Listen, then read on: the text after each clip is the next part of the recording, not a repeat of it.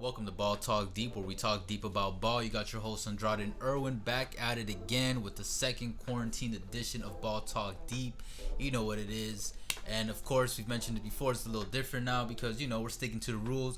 We're following the rules. And, we're being good Samaritans. And let's just jump straight into it. I mean, we got a lot going on.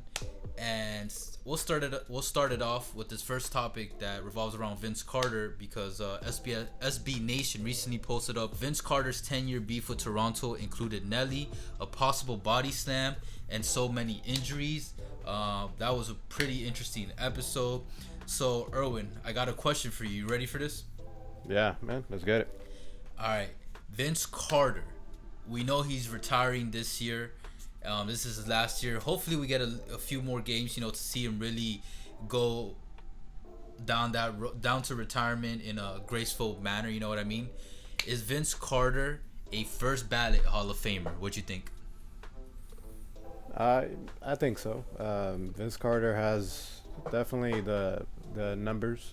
Okay. That are definitely Hall of Fame worthy. Mm-hmm. But what really helps out Vince Carter is he's had a very long career.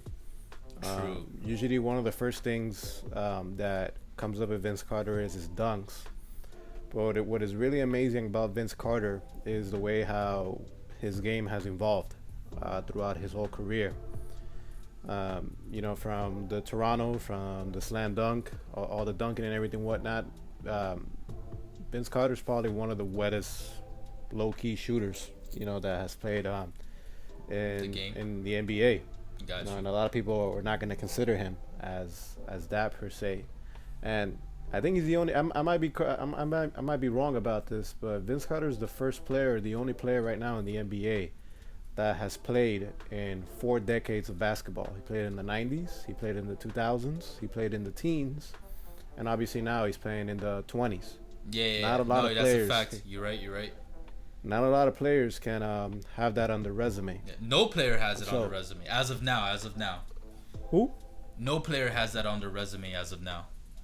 Got you. So I mean that definitely helps out his case. And in addition, let's say when he retires this year, you gotta wait, I believe, 5 years till you can get on the ballot. Am I right? I think they shortened it to 3 to 4 years. It used to be 5, if I'm not mistaken, and then I think they shortened it 3 to 4. Yeah, but either way, whoever the other players are going to be in the ballot, Vince Carter is easily a first ballot Hall of Famer, in my opinion. Well, how about you, Andrade? What do you think? Bro, I gotta agree with you on this one.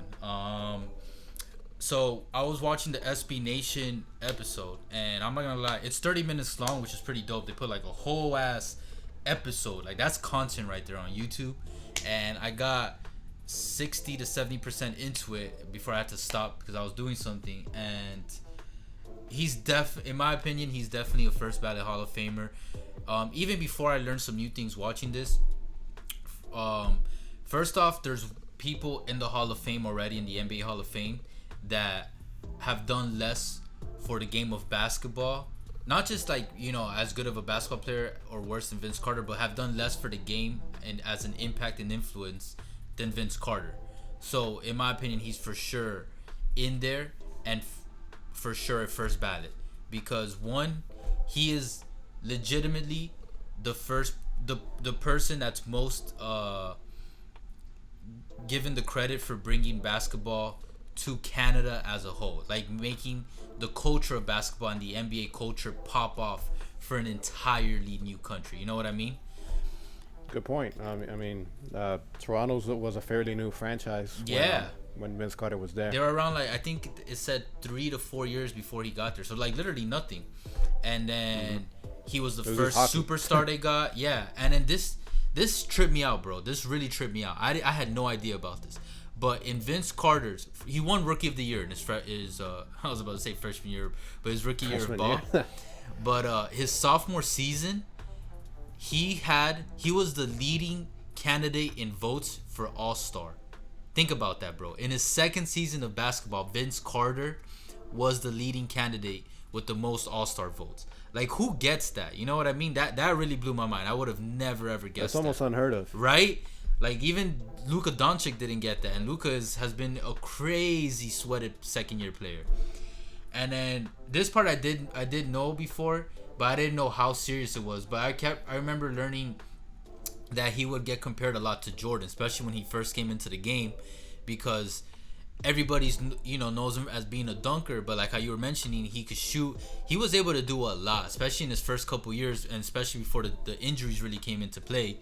And like he was legitimately a candidate for like being a heir to the throne for Michael Jordan. And he would play it down a lot in his early years, and obviously he doesn't compare to Jordan, let's be honest.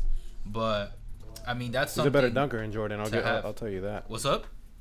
He's a better dunker than Jordan. Woo! Woo! I don't know, bro. That's some heated comments down below. Shit, I don't even know. Okay. Nah, okay, overall dunker, I think I'd give it to Jordan. Like overall dunker, I still think I'd give it to Jordan. But for dunk contest performance, or like having the best like bag of tricks, okay, I'd have to agree. I'd have to give it to Vince. Here, I'll tell you where Vince Carter will definitely beat Jordan. Vince Carter has the best in-game dunk, the dunk of death, in the 2000 Sydney Games. Yeah, in the Olympics. I think that's the best. What is nuts dragging across this guy's head? That was over I think Frederick Weiss. Okay. If I'm not mistaken, or the name 7-footer. He dunked it over in the dunk of death. Yeah, that photo went around like crazy. Like, yeah. Okay. And then that's another thing I'll give for first ballot Hall of Famer. Like, and he's also credited for this, like, unanimously credited for single-handedly reviving the dunk competition, because in the 90s that shit was dying, and Vince Carter came in 2000 and was like, what's up? And like, I mean, we still watch highlights of that dunk contest 20 years later, and it's still like, damn, like up there, you know what I mean? Like, how rare is it for someone to do something 20 years ago and you're still like fascinated by it 20 years later, you know what I mean? Almost like Tony Hawk with the 900. Oh yeah. And then so yeah, I mean, look, if we can compare him to Tony Hawk for skateboarding, Vince Carter in basketball, boom, like that's a first ballot Hall of Famer right there. So that's the BTD. That's a unanimous decision for us, right? First ballot Hall of Famer, right. Vince Carter. Yep, definitely, absolutely. All right, perfect. You got the BTD stamp of approval. Boom. Damn, we need a graphic just to put it up there, like boom. Hey, any graphic designers watching this? If you guys want to holler at us, do something a fun project for y'all, that'd be dope.